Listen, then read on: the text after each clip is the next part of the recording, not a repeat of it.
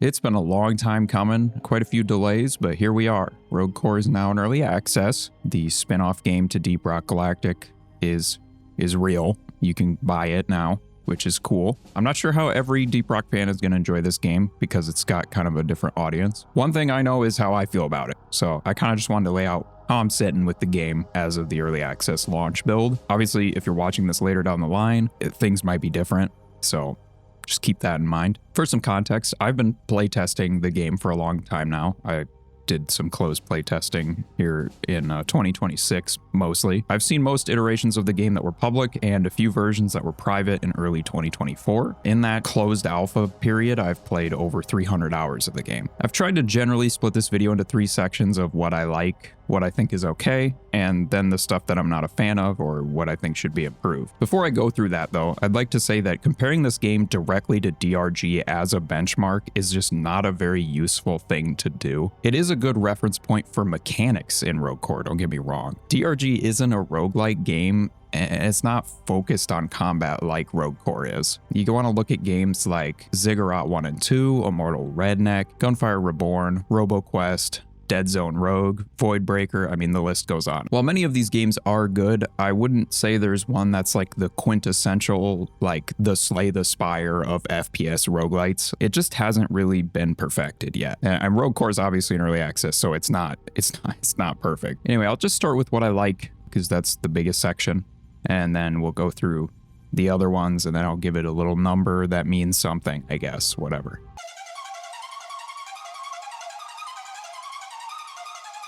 To start, all the characters are pretty fun off the rip. There's currently 5 available and likely more coming in the future. All of them play pretty differently, they have little things to get the hang of, but I wouldn't say they're super complex. Retcon is maybe the most difficult to get the hang of, but even then, I think the classes are in a good spot where they're balancing not being too dull or overwhelming. I like the designs of the classes, they all have distinct looks mostly defined by their armor. I also like the voice lines between them quite a bit. There's lots of funny banter that will make DRG players feel right at home. Retcon! What time zone are we in? It would be cool to have more conversational lines at some point in between the classes. The new voice actor for Retcon and Falconer does a fantastic job. It blends right into the game and builds on Rogue Core's own personality quite a bit. If you don't rock and stone, you ain't coming home. My favorite classes at the moment are Slicer and Falconer, and my least favorite is Guardian, but I still enjoy him. The gameplay is probably best compared to DRG because it still very much plays like its older sibling of a game, though the youngest here is a bit more hyper. Rogue Core is both more fast-paced and tougher from the start. Runs are anywhere from 4 to 6 stages, with the final having a big old boss fight at the end. These bosses in lore are supposedly the cause of greyouts, which are these facilities being shut down and you have to go reclaim them. There are 3 bosses available in the game, and I'll talk a little bit about them later. The time to complete a run is typically 40 minutes to an hour, depending on the length of the run you choose. It doesn't deviate very much from that range since you are on a timer that's pretty strict. That timer is a fundamental aspect of the difficulty of the game. If it runs out, you're left to fight off Reaper worms, which are an invincible threat that can only be suppressed with gunfire. You're not able to kill them. When left alone, they slowly creep towards players only to snatch them up in their jaws and capture them. Also, they're really gross and scary looking. It can get pretty tense dealing with these and fending off against core spawn at the same time, so you definitely want to avoid pushing past the timer on each stage. It's a serious threat to your run. What about tools for the job? There's a pretty equal amount of returning and new weapons to try. Obviously, the new stuff is more exciting, and I have more to say about it. The good news is most of them are pretty solid. The Hammercaster is one of my favorites. Feels like some combination of a sniper rifle and a potato launcher in the best way possible. It's precise, punchy, and really satisfying to build into weak point damage. Another favorite of mine is the MM4 Charger. It's been in every build of the game I've tried since 2024, and I've loved it ever since. One really cool mechanic about it is the charge capacity is based on the mag size, so any upgrades you take that make the magazine size bigger on it will increase the charge time and the damage output when it's fully charged.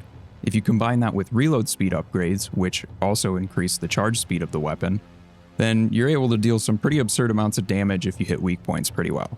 It's also got this snappy sort of sound when firing it, and man, that just really sells using the thing. It feels so good. On the other side, the Devastator pistol, while fun, is pretty terrible in ammo capacity, and it's probably my least favorite weapon at the moment. All the new stuff from there is within the varying degrees of good. I don't really have many issues with other ones. Many returning from DRG have been spiced up with new animations, sounds, and even different gun feels in some cases. The Deepcore GK2 stands out to me as one of the most significant of those. It kind of just feels like a different gun. One of the standout features of this game is its negotiation-based upgrades, where you and your team have to choose upgrades together. This isn't required for every different thing you find in the game. Some of them are solo decisions. It'll be apparent when you're negotiating with the team. This mechanic is something I have only warmed up to as I play more, though it definitely isn't without its flaws, especially for newer players who don't really know the upgrades super well yet. Can be a little tough to be put on the spot to decide. Can also slow down the experience for players with more time in the game. Kind of has a little bit of negative pressure to it that I think could be alleviated. It would also be nice to recommend upgrades in some way to players. The only interaction you can do right now is heart an upgrade that you want, which is a cool feature, but I think recommending one to a player could be pretty useful for public lobbies and would foster a more good vibe in those negotiations to be like, hey, I think this will be good for you, and you can kind of teach players a little bit. If you're looking to play solo, I think the experience is still pretty good. I played a lot of solo DRG, and I also enjoy a Rogue Core solo.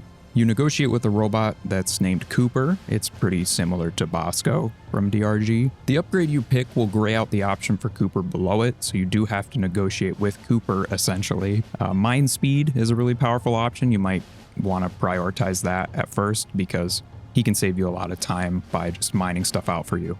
Outside of Expedite upgrades, there are workbenches and bio boosters that provide class and weapon related upgrades that are not negotiated with your team, so you get all those choices to yourself. Workbenches hold some of the biggest power in the game. Weapon upgrades are essential to a smooth run. I do like the weapon progression in a run quite a bit. I think it could use more variety down the line, but for launch, it's in a pretty solid spot, I'd say. Some weapons have their own unique special upgrades that do interesting things. There's homing projectiles on the plasma carbine, or double magazine full auto on the grenade launcher is one that stands out to me. Workbenches also offer ability upgrades if the weapon options aren't very good. I kind of wish these were separated from workbenches in their own terminal, to be honest.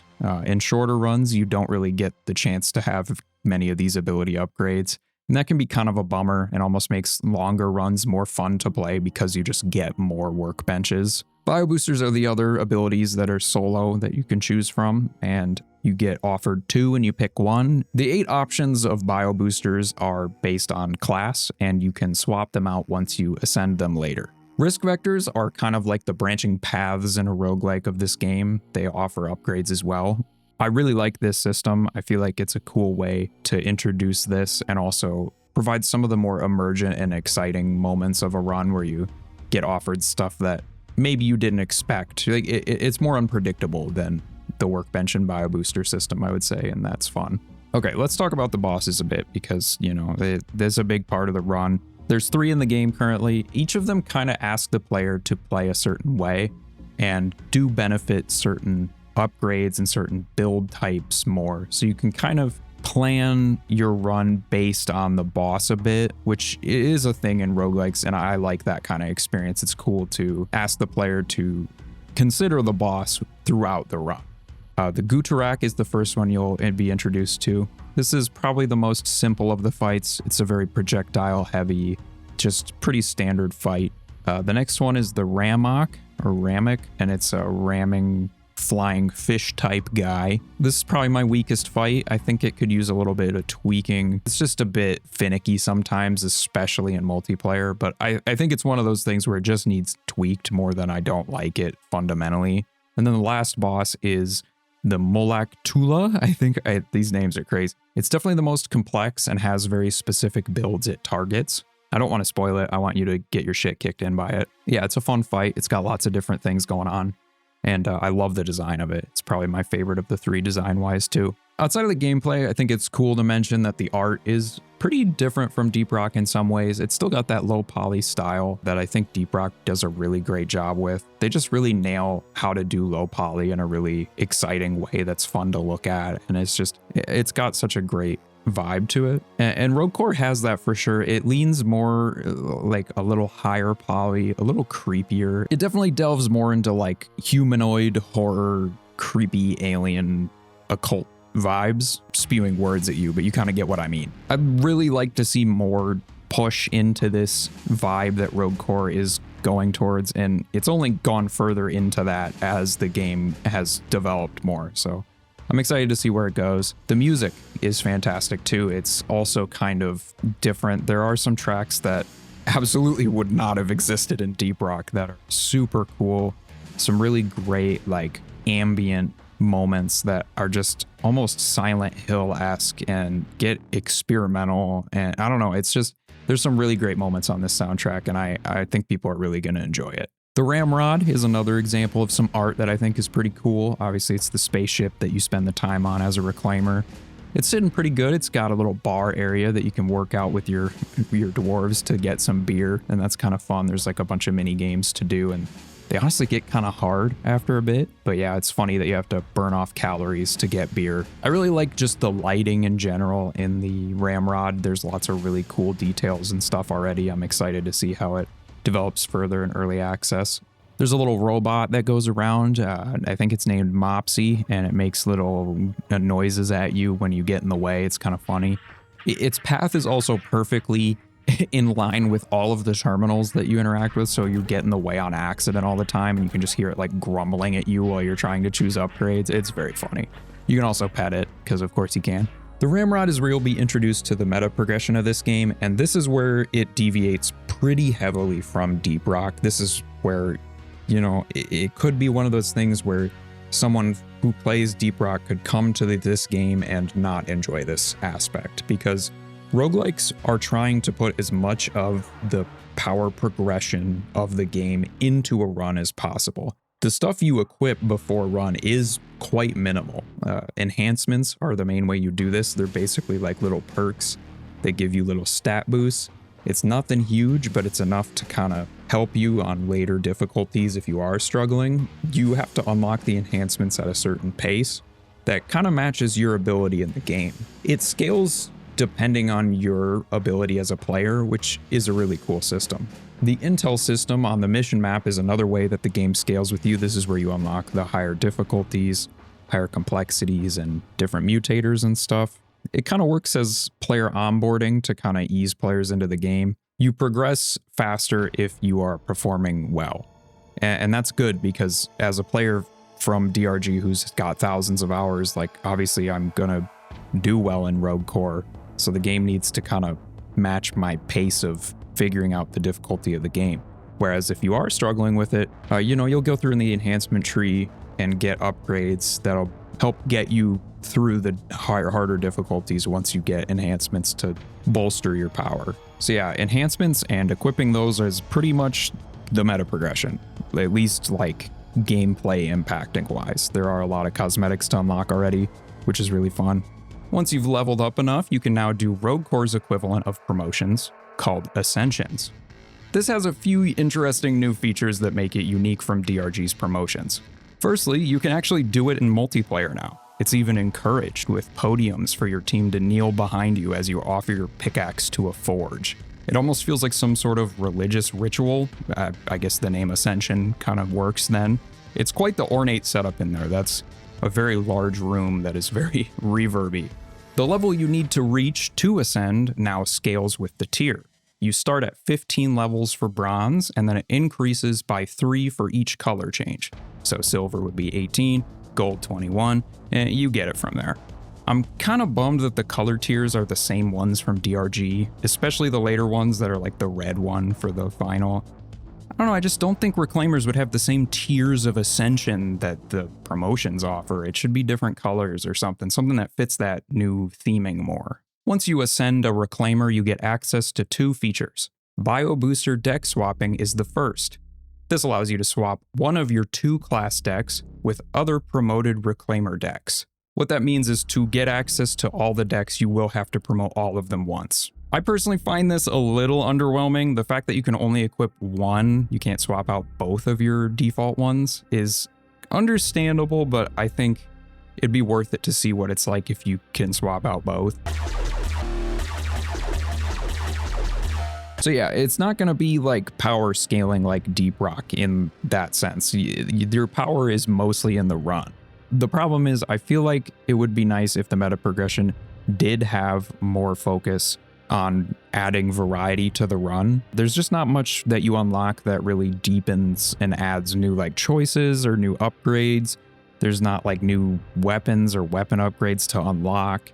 It's just, I think it would have been cool to see some variety built into the meta progression besides the intel system introducing like difficulty and mutators.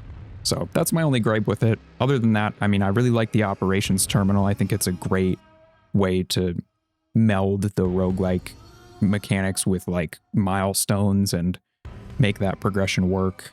So I don't know. Overall, I'm good on the meta progression. I think it's all right. But I'd like to see it improved in the future, especially with introducing like more build variety.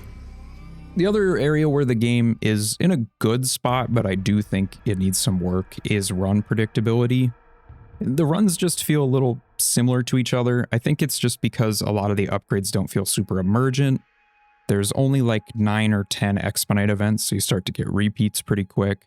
And there's only 3 boss fights. The 3 boss fights isn't honestly as big of a deal as it sounds. I thought it would get kind of old to fight the same 3 bosses, but I think it's enough variety in the bosses for right now. I'd like to see more, don't get me wrong, but I definitely think the biggest problem is just that in the run, it starts to feel pretty predictable what you're gonna get. Same with the power increase. Like the way you get power is just too similar each run. Like I just know what's coming.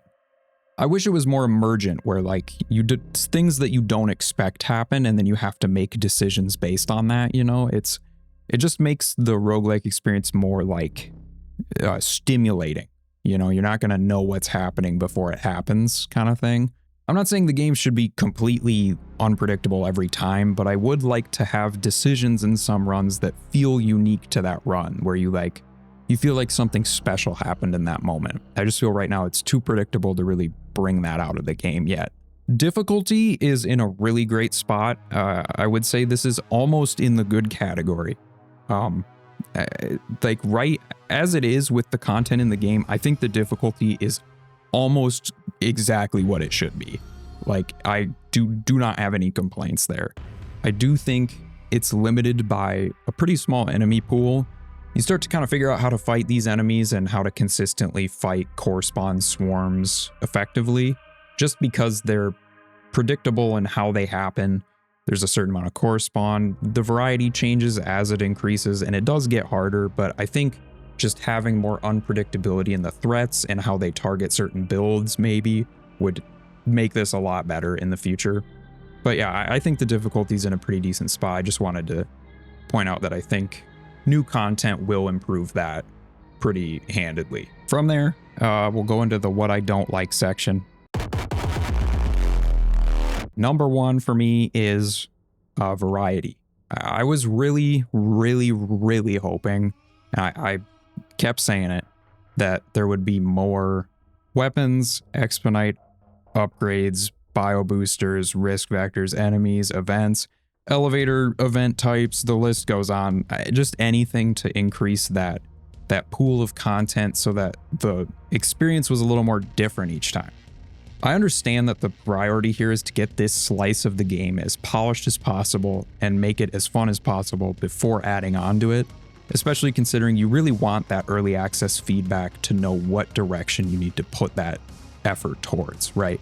What are the pain points for people is really important for like how you build upon the game. And also I'm pretty used to what's in the game now because I've been playing this for years now. I got hundreds of hours, so that could impact things here. That being said, I really do think it's a little slim in content for a roguelike experience. I just wish there were more upgrades. I wish the upgrades were more interesting, especially on the elemental ones. They can be kind of underwhelming. Yeah, I don't know. Maybe I'm skewed by how much time I have in the game at this point, but I do feel for a roguelike experience, I wish there was a little more to choose from for builds. From there, it's a lot of little small things that I'm not a fan of. Grenades are kind of underwhelming. They don't have modifiers yet. I know they're wanting to do that, but it's difficult because grenades weren't made to be modified like guns are. Some of the equipment crate offerings are grenades for some reason, and that kind of bothers me. I don't like that. It feels like it makes the pool worse because they're just not very good as like an equipment slot item. Other than lures are very good, obviously. Heavy weapon crates have a pretty slim pool of weapons to choose from, and none of them are new. They're all from Deep Rock. They play pretty different, don't get me wrong, but yeah, I kind of wish there was a little more variety in those. Yeah, it really is just a bunch of small things that are bothering me. And then the main point of like what I'm not a huge fan of is I just wish there was more build variety in the game on early access launch. That's kind of generally how I'm feeling about Rogue Core. I really like the game. If I'm being completely honest, it is my favorite FPS roguelike. That being said, I don't think it's perfect. Absolutely not. I mean, it's early access for a reason. You know, I think the game has a really bright future. I think there's a lot of cool things they can do with this, and it has a lot of potential. So I'm excited to see where the game goes from here. As of right now, if I had to give it a score, I would say it's like a 7.5 out of 10 for me right now. It's mainly just that build variety. Again, which may or may not have to do with the fact that I have hundreds of hours in the game at this point. As a player who's coming from like Hazard 5, high difficulty Deep Rock, and also loves roguelikes, this is a game made for me. But I can see a lot of DRG players not enjoying this. Deep Rock has a really broad set of gameplay mechanics that anyone who plays games could enjoy something in that, right? It's got that exploration with the procedural terrain and like mining and just exploring caves. It's got that social aspect with the cosmetics and the co-op nature of it. It's got the combat, which can be difficult for some players. You know, it gets pretty difficult on Haz 5 Plus, and it's a serious challenge at some points. And it's also got that progression. It's a very customizable experience, which is fun for players who like doing stuff like that. Rogue Core isn't focused on all of that. It kind of puts the spotlight on the combat and the player's ability to build within a run. You know, that's the focus of Rogue Core. It's not going to appeal to people who like that slower, casual pace. You can't look at Rogue Core and compare it to Deep Rock as if it's a sequel. It's like saying Elden Ring Night Rain is a sequel to Elden Ring and it should be compared in the same way. These are different games within the same universe, and they're for different people. I don't know what the game's going to be priced yet either. I have no idea, but I'm sure it's fine. You know, indie games are such a great value proposition. They always have been. I don't think it's a very controversial opinion to say that indie games are underpriced. Like, how much is Balatro? Hold on, let me look. Balatro is $15. That's like one of the best video games ever, and it's $15. Like, it's absurd. What's Stardew Valley? Stardew Valley is $15 and it's 50% off right now, so you get it for $7. You know, with these indie games, I don't really, in my opinion, it's worth it. Like, the price, absolutely. Especially if you like FPS roguelikes, I think this is one of the better ones. That's Rogue Core. I hope you're enjoying it. You know, I'd love to hear what you guys think of the game. I'd like to make a bunch of videos about Rogue Core here. I might do some runs and record that, and I might do like a beginner's guide or like maybe specific class guides or something. I don't know. I might just like talk about the core spawn and kind of the lore of the game because it is really cool. It's kind of what I'm planning on. But yeah, I hope you enjoyed this, and I will see you soon. Rock and Stone.